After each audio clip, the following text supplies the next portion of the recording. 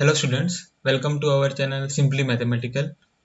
आज की इस वीडियो में हम सॉल्व करेंगे एक्सरसाइज 10.2 प्रॉब्लम 1 to 6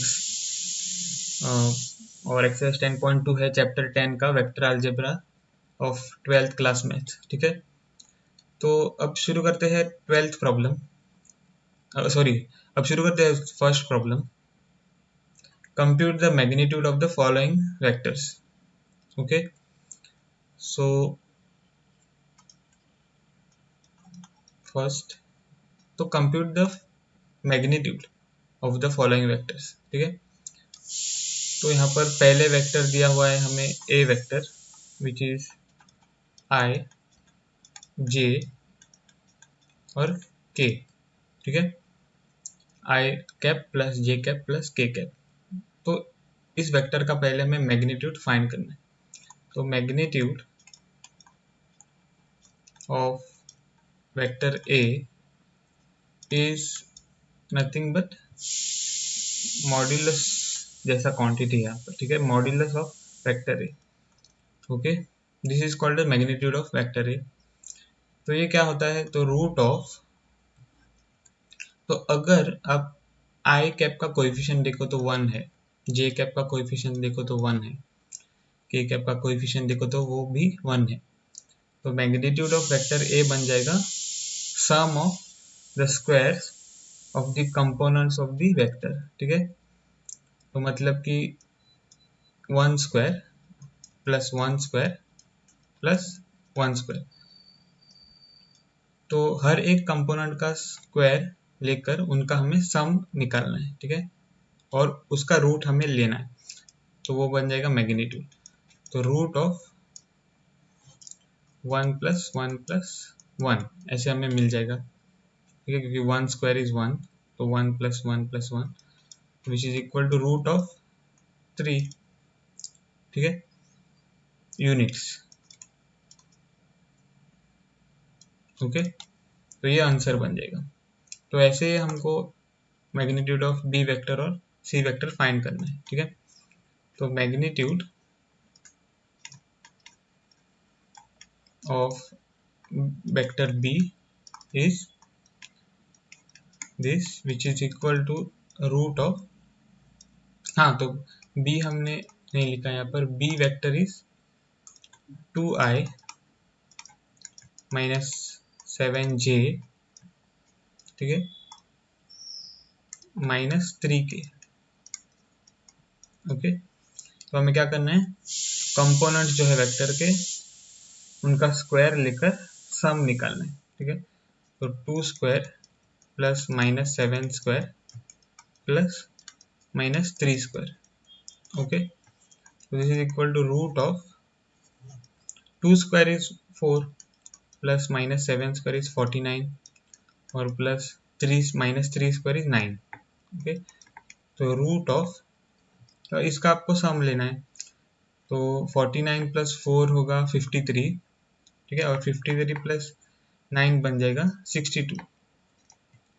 तो रूट ऑफ 62 यूनिट्स। ठीक है, ये आंसर होगा। ठीक है, अब हम magnitude of vector C find करेंगे। तो वेक्टर सी है 1/√3i, फिर प्लस 1/√3i सॉरी जे, और माइनस 1/√3k। ओके, तो magnitude of vector C is this. Okay, so that is equal to root of, तो हमें स्क्वायर लेना है कंपोनेंट के और सम निकालना है। ठीक है, तो 1/√3 the whole square plus 1/√3 the whole square और plus minus 1/√3 the whole square. Okay, तो this is equal to root of 1/√3 the whole square बन जाएगा 1/3 फिर प्लस 1/√3 द होल स्क्वायर, फिर से है 1/3, और -1/√3 द होल स्क्वायर भी बन जाएगा 1/3, ठीक है। तो रूट ऑफ 1/3 प्लस 1/3 प्लस 1/3 ऐसे मिलेगा। This is equal to root of 3/3, and so that is root of 3 1 3 3 1 3, तो रूट ऑफ 1, तो विच इज 1, ठीक है, तो 1 यूनिट्स। तो ये आंसर बन जाएगा of vector C, magnitude of vector C, ठीक है। अब हम सॉल्व करेंगे सेकंड प्रॉब्लम। तो सेकंड प्रॉब्लम क्या है यहाँ पर, तो यहाँ पर क्वेश्चन है write two different vectors having same magnitude, okay. तो सेकंड, तो पहले तो आंसर यहाँ पे टेक्स्ट बुक में अगर आप देखो तो ऐसे दिया हुआ है, any infinite number of possibilities, ठीक है। तो वो आंसर करेक्ट है, तो मैं बताऊंगा क्यों। Any infinite number of possibilities,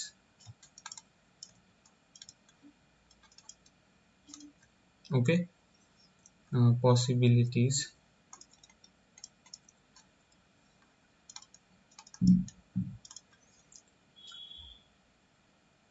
ठीक है। तो मतलब कि बहुत सारे पॉसिबिलिटीज होंगे, पर मैं एक तो यहाँ पे एग्जांपल दूंगा, ठीक है। तो अगर आप यहाँ पे वेक्टर ए को ऐसे लिख लो 2i कैप -7j कैप, ठीक है, प्लस k कैप, और बी वेक्टर को समझो लिखो -2i cap plus 7j cap -k cap, ठीक है, ऐसे। या फिर आप यहाँ पे माइनस, ये भी एग्जांपल ठीक होगा, ओके। पर अगर आप ऐसे लिखो, ओके, ऐसे भी लिखो, तो वो प्रीवियस एग्जांपल भी सही था। पर अगर आप इस एग्जांपल को देखो तो मैग्नीट्यूड ऑफ ए को अगर आप कैलकुलेट करो तो वो क्या बन जाएगा, root of 2 square plus -7 square plus 1 square, okay. So which is nothing but root of 4 plus 49 plus 1, so which is root of 49 plus 1 is 50 plus 4 is 54, okay।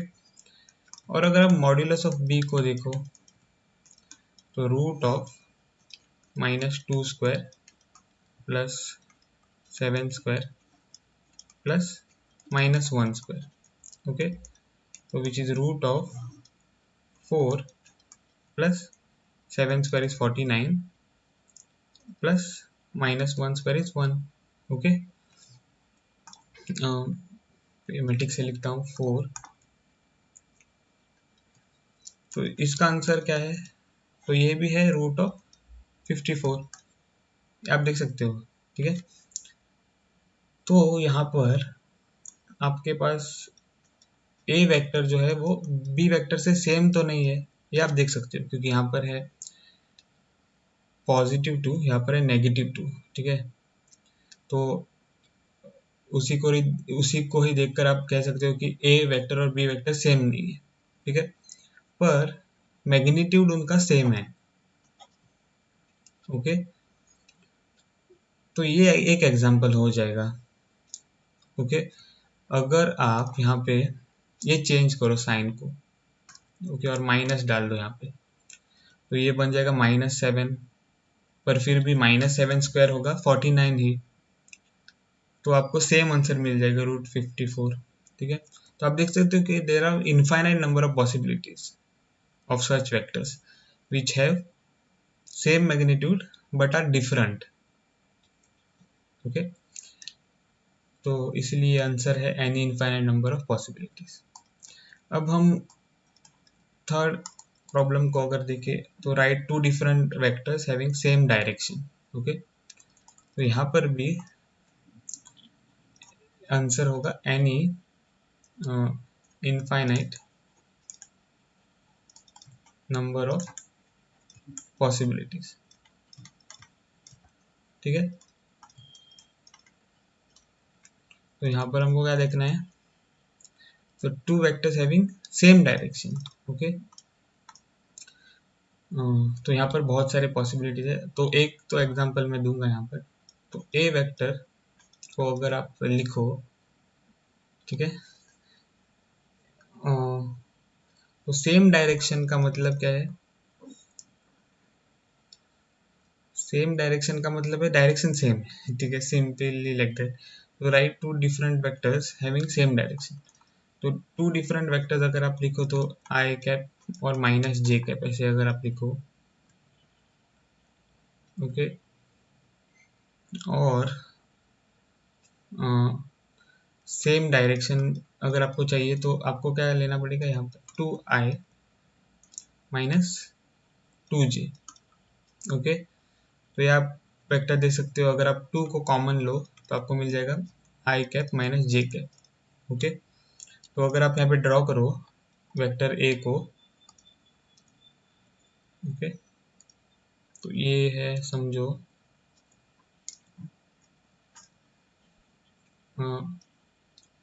A vector which is i cap minus J cap, ठीक है। तो इसको ही अगर आप थोड़ा सा और बढ़ाओ, मतलब कि ट्वाइस ऐसे, ओके, तो ऐसे अगर आप इस वेक्टर को थोड़ा सा एक्सटेंड करो, ओके, ट्वाइस द टाइम, तो आपको ये मिल जाएगा टू आई cap minus two J cap, okay, क्योंकि टू टाइम्स है।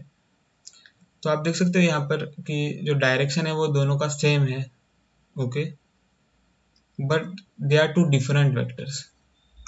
ओके, तो A is not equal to B, क्यों, क्योंकि यहाँ पर आई का कंपोनेंट क्या है, टू,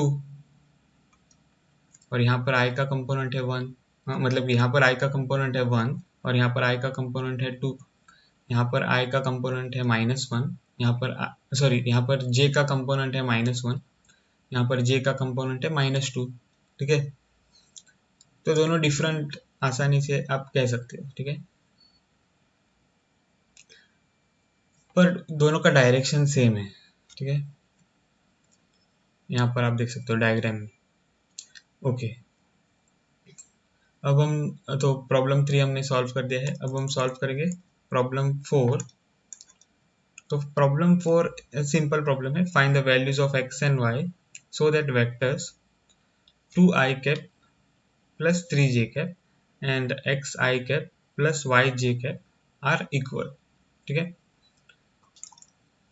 तो मतलब कि यहाँ पर टू आई cap plus three J cap, ठीक है, यही वेक्टर दिया हुआ है, ओके, यहाँ पर आप देख सकते हो, और x I cap plus Y J cap, ये दोनों वेक्टर्स इक्वल दिए हुए हैं, ठीक है।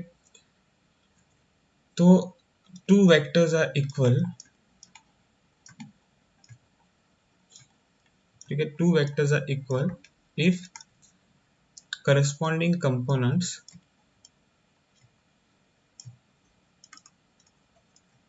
ठीक है, corresponding components of the vectors are equal, okay, ये सिंपल सा स्टेटमेंट है।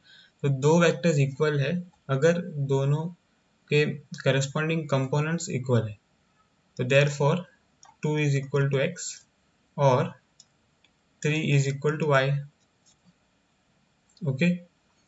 तो यहाँ पर हमको मिलेगा x is equal to two and y is equal to three, okay. तो ये आंसर हमको मिल जाएगा, x is equal to y equal to three, okay. तो प्रॉब्लम 4 सॉल्व कर दिया है हमने, अब हम सॉल्व करेंगे प्रॉब्लम 5। तो यहाँ पर हम रीड करेंगे पहले, find the scalar and vector components of the vector with initial point -2, 1 and terminal point -5,7, ठीक है। तो फिफ्थ प्रॉब्लम का सॉल्यूशन, तो यहाँ पर आपको 2 पॉइंट्स दिए हुए हैं, तो वो हम पहले मार्क करेंगे यहाँ पर 2,1 और -5,7, ठीक है। तो 2,1 और -5,7 ऐसे 2 पॉइंट्स हमें दिए हुए हैं, और हमें क्या फाइंड करना है, हमें यहाँ पर फाइंड करना है scalar and vector components of the vector with initial point 2,1 and terminal point -5,7, ठीक है। तो हमको वेक्टर पहले यहाँ पर ड्रॉ करना है, तो इनिशियल पॉइंट क्या है 2,1 और टर्मिनल पॉइंट है -5,7। तो यहाँ पर एरो जो है वो ऐसे होगा यहाँ पर, ओके। तो ये वेक्टर है। तो अगर हम इस वेक्टर का स्केलर और वेक्टर कंपोनेंट फाइंड करें, तो हमको पहले तो इस वेक्टर का नाम जानना है, ठीक है। तो वो फाइंड करने के लिए हमको कौन सा कॉन्सेप्ट यूज करना है, तो वेक्टर जॉइनिंग 2 पॉइंट्स, ठीक है। तो vector joining 2 points which are, ठीक है, joining 2 points which are 2,1 and -5,7, ठीक है। तो वो हम कैसे फाइंड करेंगे, तो उसके लिए एक फॉर्मूला है, ठीक है। तो अब मैंने भी वो एक्सप्लेन किया है, ठीक है, प्रीवियस वीडियो में, आप वो वीडियो चेक कर सकते हो। तो उसमें मैंने वेक्टर P2 P1 इसका नाम फाइंड किया है, ठीक है। तो वहाँ पर तो P1 था x1, y1, z1, और P2 था x2, y2, z2, ठीक है। और इसका नाम हमको मिला था x1 -x2 i कैप, फिर plus y1 -y2 j cap, ठीक है, और plus z1 z2 k cap, ठीक है।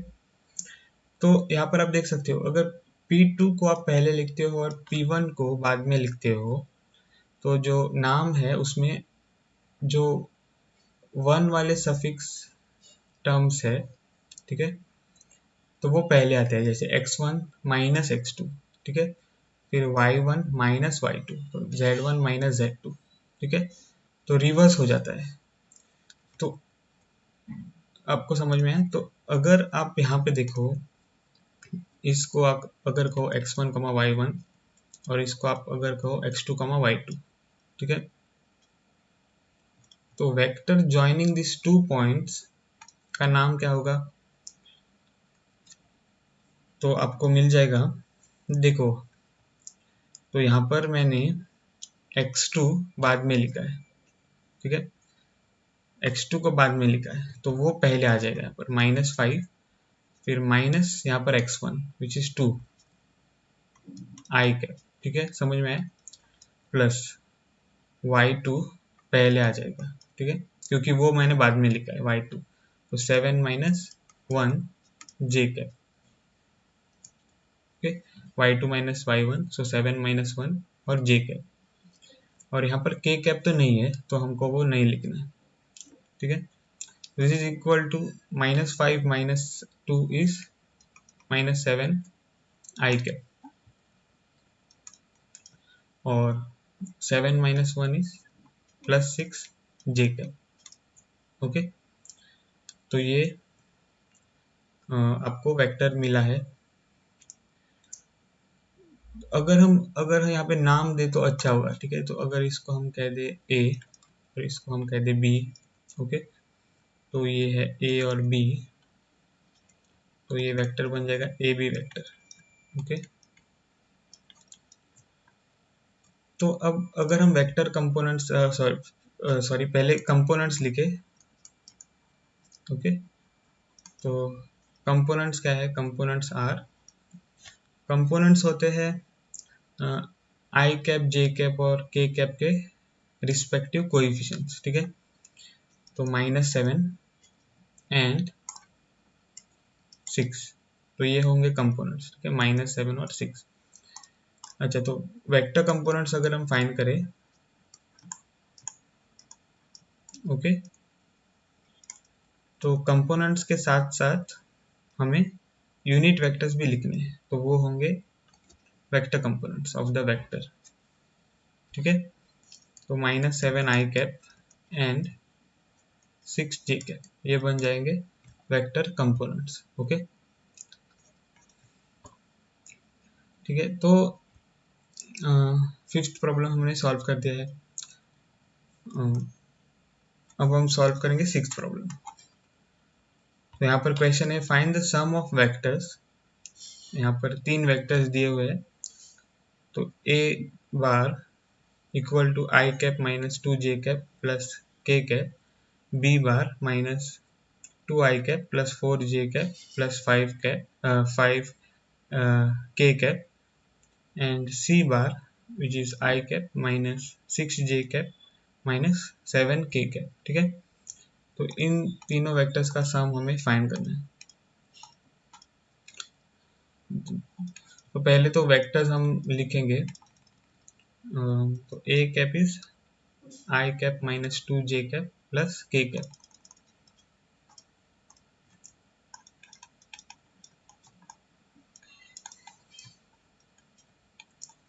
ठीक है, फिर B bar is -2 i cap plus 4 j cap plus 5 k cap.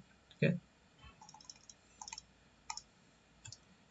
-2 i cap plus 4 j cap plus 5 k cap, और सी बार है आई cap -6 j cap -7 k cap.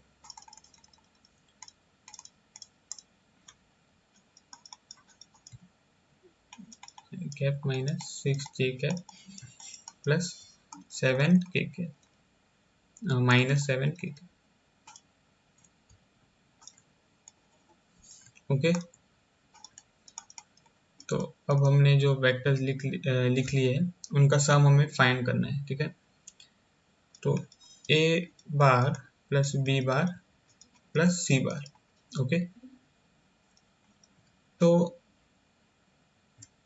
अब यहाँ पे ये तो सिंपल क्वेश्चन है। ठीक है, तो अगर आपको सम फाइंड करना है तो क्या होगा, तो इन कंपोनेंट्स को पहले हम ठीक से लिखेंगे। ये तो 1 है, फिर ये 1 है और ये 1 है। ठीक है, तो आपको क्या करना है, रिस्पेक्टिव यूनिट वेक्टर्स के कंपोनेंट्स को सिर्फ ऐड करना है। ठीक है, तो यहाँ पे क्या बन जाएगा, 1 -2 प्लस 1 आई कैप। ठीक है, प्लस -2 प्लस 4 -6 जे कैप। ठीक है, और प्लस 1 प्लस 5 -7 के कैप। ठीक है, दिस इज इक्वल टू, अब ये सिर्फ हमें सॉल्व करना है, तो 1 + 1 is 2 -2 which is 0 I cap, फिर प्लस यहाँ पे आप देख सकते हो -2 + 4 इज 2 और 2 - 6 इज -4। ठीक है, ओके, जे कैप, और 1 + 5 इज 6 -7 इज -1, तो -1 के कैप। ओके, तो इसका आंसर अगर आप लिखो तो आप लिख सकते हो -4 जे कैप के कैप। ओके, ऐसे। ठीक है, क्योंकि 0 आई कैप बन जाएगा 0। ठीक है, तो ये आंसर आपको मिल जाएगा फॉर प्रॉब्लम 6। ठीक है, तो ये एक्सरसाइज तो मतलब कि प्रॉब्लम 1 to 6 तो काफ़ी आसान थे, ठीक है। तो इस वीडियो में बस इतना ही। अगर आपको ये वीडियो पसंद आया हो तो मेरे वीडियो को ज़रूर लाइक करें, और अभी तक अगर आपने चैनल को मेरे सब्सक्राइब नहीं किया है तो प्लीज़ मेरे चैनल को सब्सक्राइब करें। मिलता हूँ आपको अगले वीडियो में, तब तक के लिए बाय।